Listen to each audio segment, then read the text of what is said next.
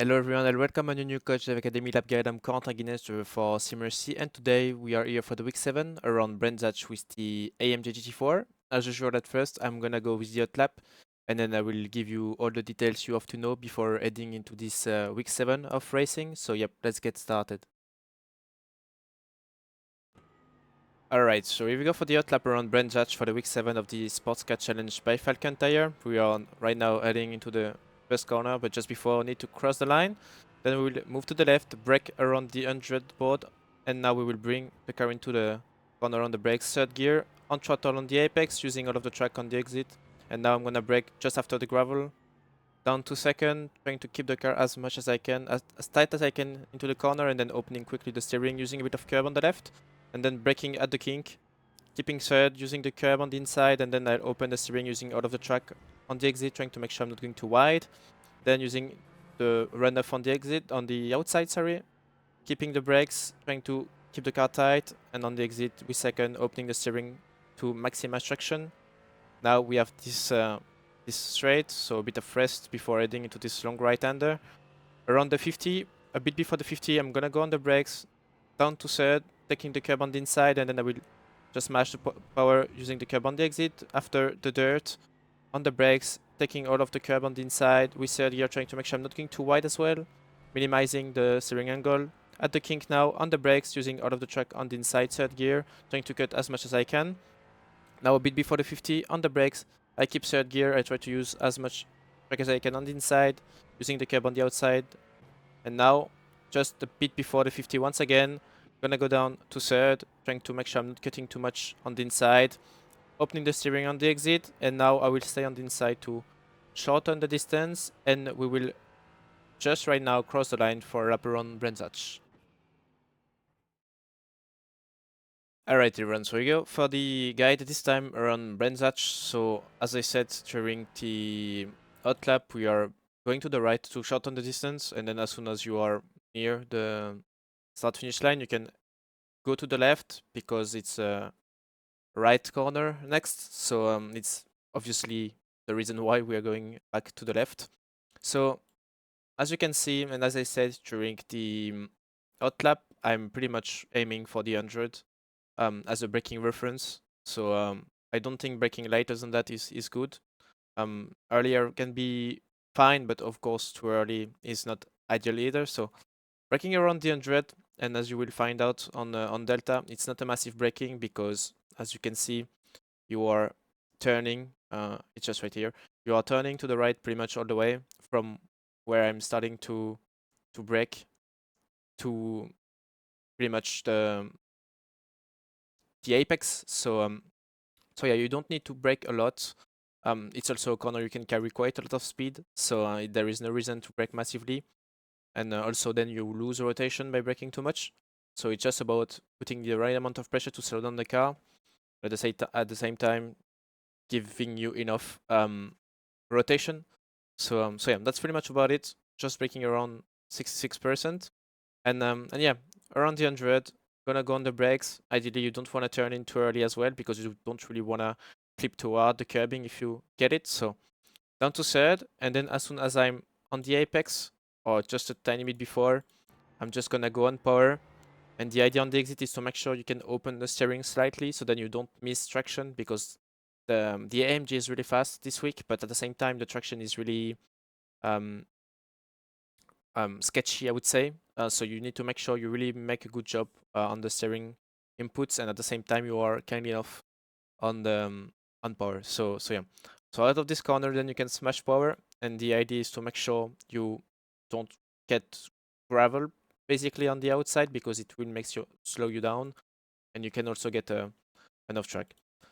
When we are done with C1, we are already approaching turn 2, which comes really fast. So basically for that one, the idea is to make sure you're not braking too late because it's really easy to go deep into the corner and miss the apex.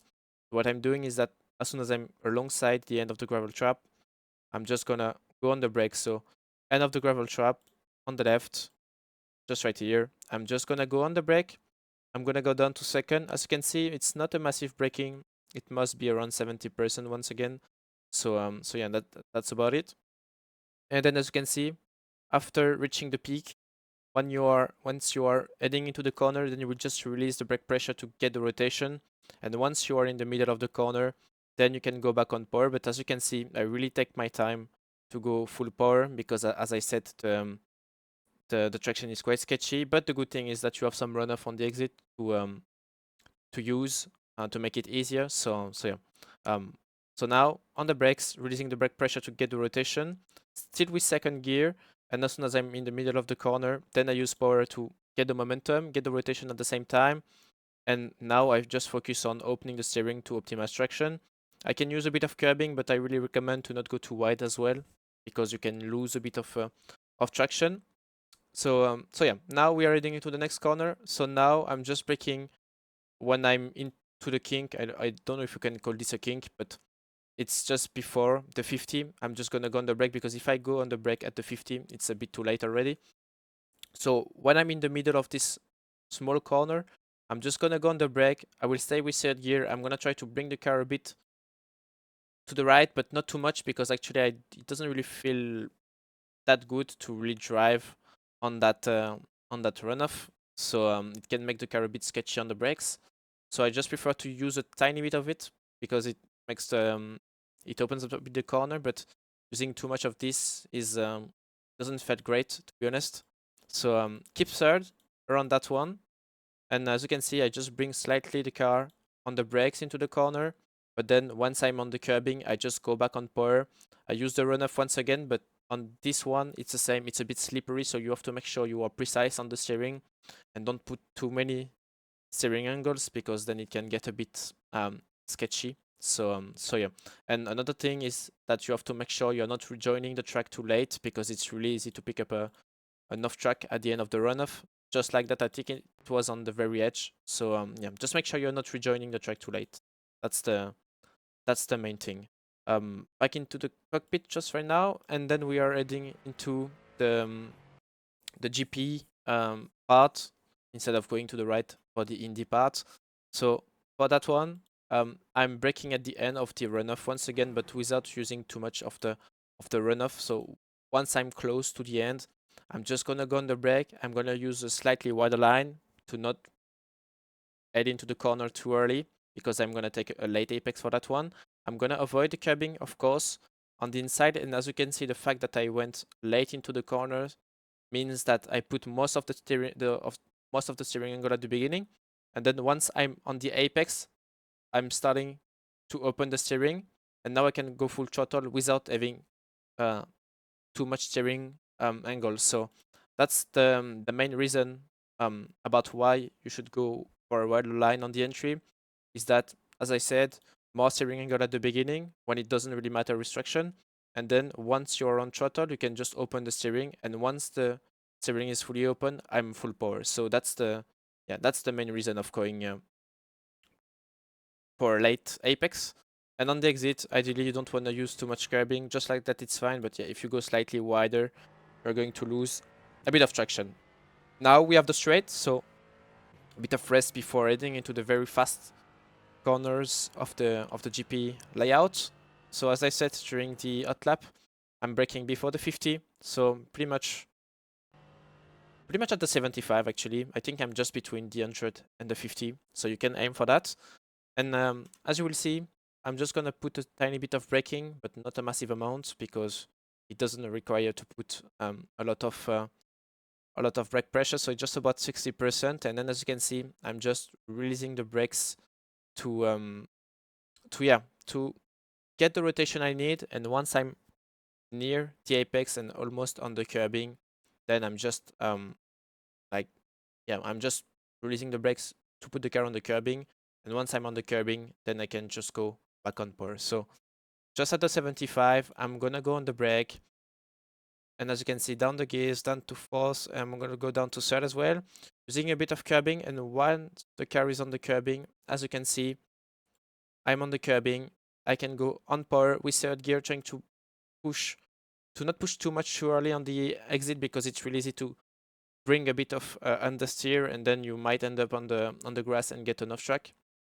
So it's important to be a bit patient as well. So yeah, on the curbing now, and for the next corner, just after this this dirt, I would say, on the track. I'm just gonna go on the brake.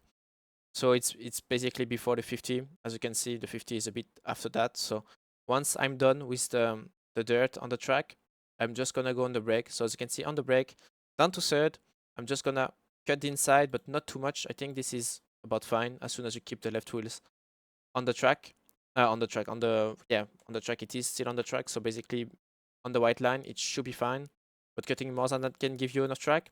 And the idea for that one is also to make sure you're not going too deep on the exit because it's a bit bumpy as well, and you have the runoff which is not really grippy at the same time. So yeah, and of course, if you're carrying too much speed, then you will end up having to put more steering angle to turn the car to avoid going too wide. So yeah, ideally you don't want to carry too much speed anyway. Going through that one to not compromise the exit. So as you can see, a bit of braking on the way in just to bring the car onto the curb. And then once I'm on the apex, going on power, not pushing too much. As you can see, I kept a bit of lift. And now we are heading into the next corner. So for this one, I'm going to brake around the 100 on the right. So as you can see, the 100 board is just right here. So it's pretty much in the middle of this right-hander before taking the next one. So around the 100, just right here, I'm just gonna go on the brake, just now on the brake, and as you can see, it's not a massive amount of braking because I need to keep rotation all the way. So it must be this one, I believe. Yeah, it's this one. So as you can see, we are just under 50%. It's just about slowing down the car slightly and get the rotation. I go down to third for that one. And yeah, that's pretty much about it.